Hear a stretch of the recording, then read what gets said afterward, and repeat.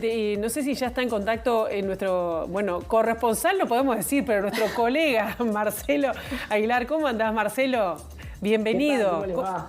¿Cómo andás bien? Seguiste muy bien de cerca, me imagino, una noche larga, lo que fue ayer las elecciones en Brasil. ¿Cómo se vivió? ¿Desde dónde lo estabas siguiendo tú? Yo lo seguí desde Río de Janeiro. Se vivió con muchísima aprehensión porque fue realmente un resultado muy ajustado. Inclusive a la medida que iban avanzando los conteos de votos, la tendencia no cambiaba. Más o menos esto era lo esperado.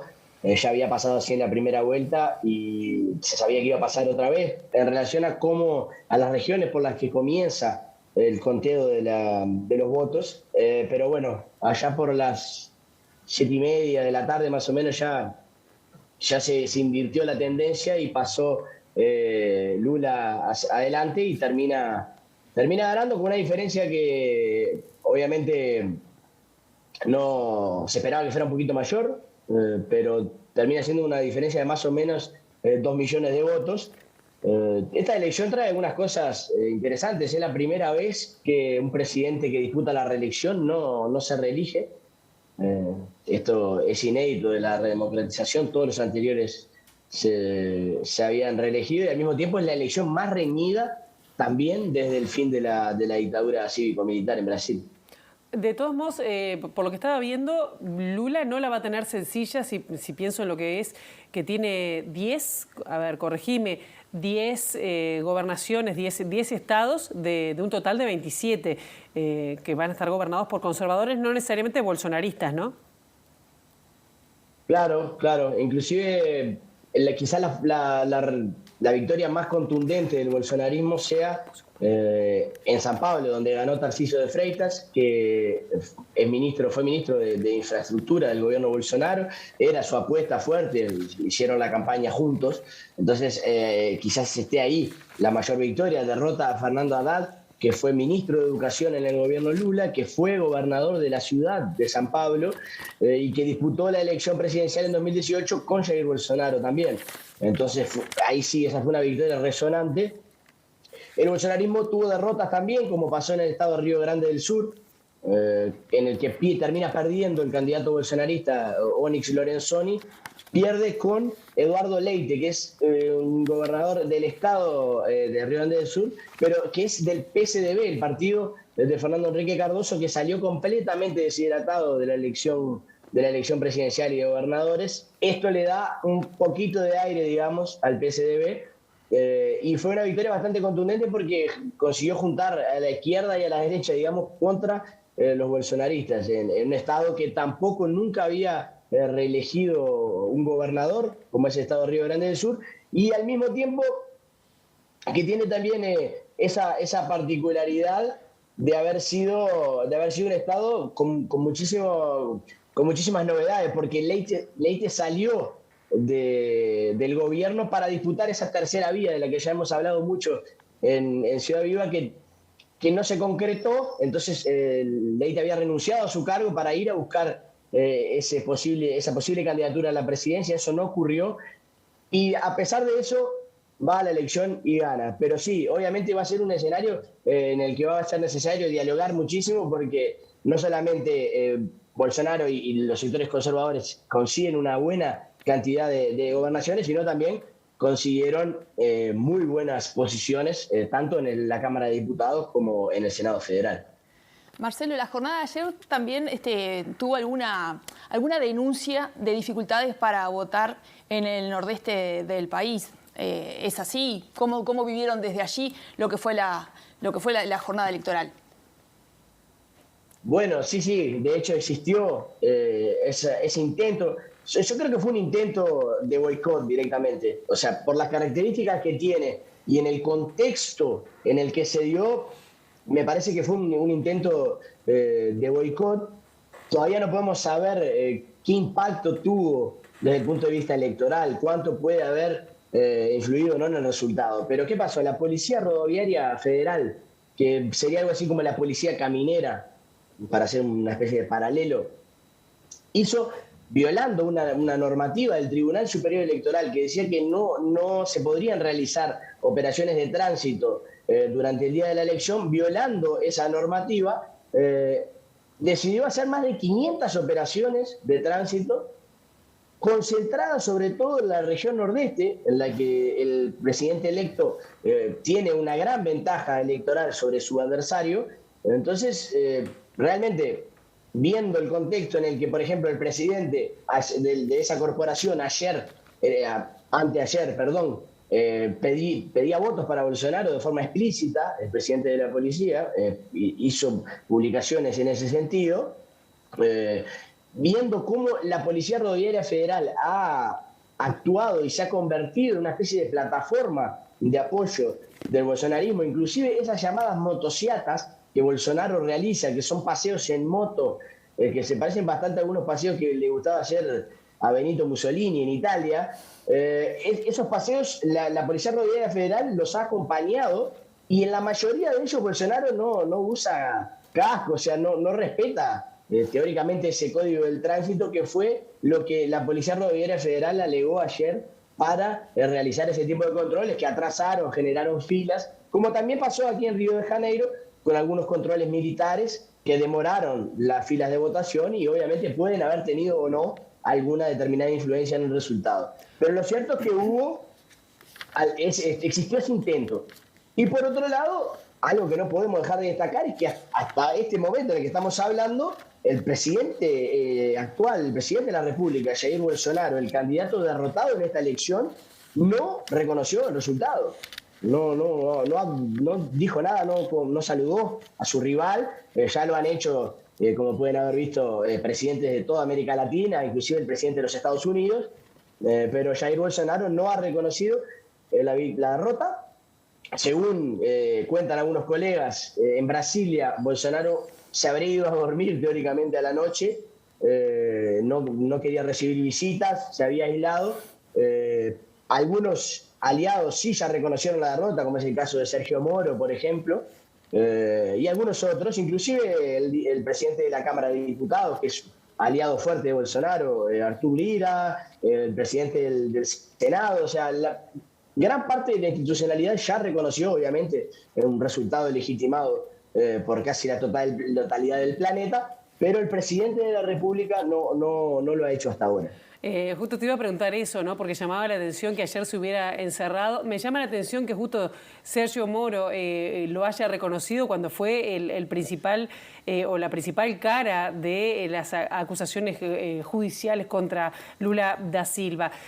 ¿Cómo se prevé la transición justamente con estas señales que está dando el presidente Bolsonaro? Quedan 2 meses hasta el 1 de enero que Lula asuma como presidente, ¿no?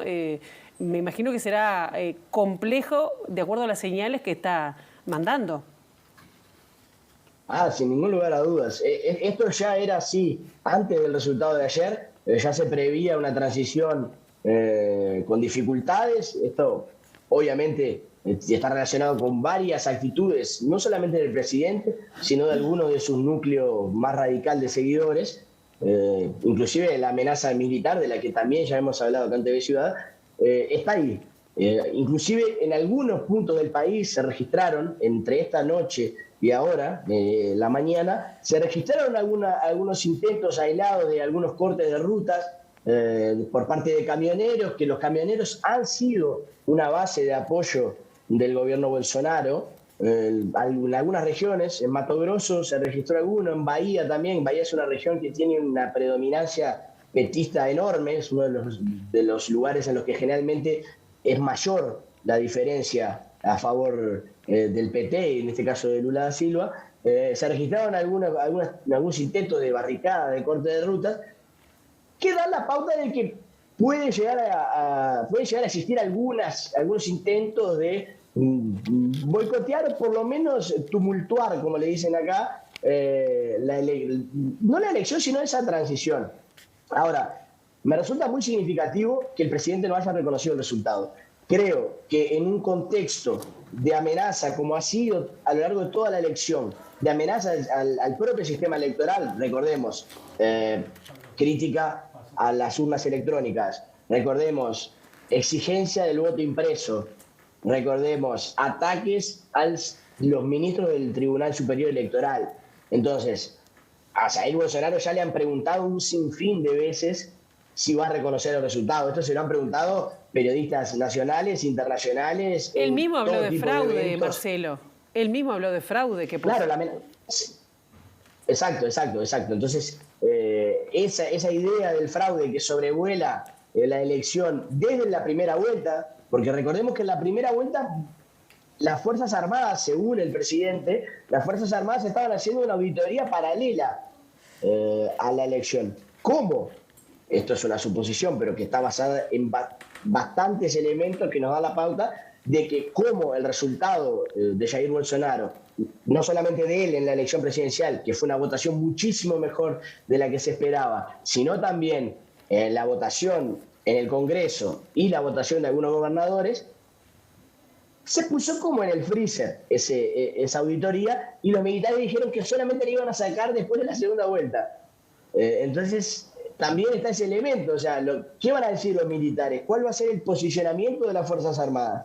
Porque tienen ahora la opción, por ejemplo, de decir que hubo fraude o denunciar alguna irregularidad, como han venido tratando de instalar de forma sistemática. Entonces, eso está arriba de la mesa, eso puede afectar la transición, y sin duda me parece que la señal pésima que el presidente está dando al no reconocer la derrota contribuye muchísimo en ese sentido y puede complicar las cosas de cara al 1 de enero. ¿Y qué conclusiones pueden sacarse de otra de las señales que se da siempre después de un acto eleccionario, que es el discurso de quien resultó ganador? En principio, mucha religiosidad, ¿no? Incluso hay palabras del Papa Francisco, pero ¿qué conclusiones entendés vos que desde ahí, desde el lugar de los hechos, que pueden sacarse a raíz de las palabras de Lula, ni bien fue declarado presidente?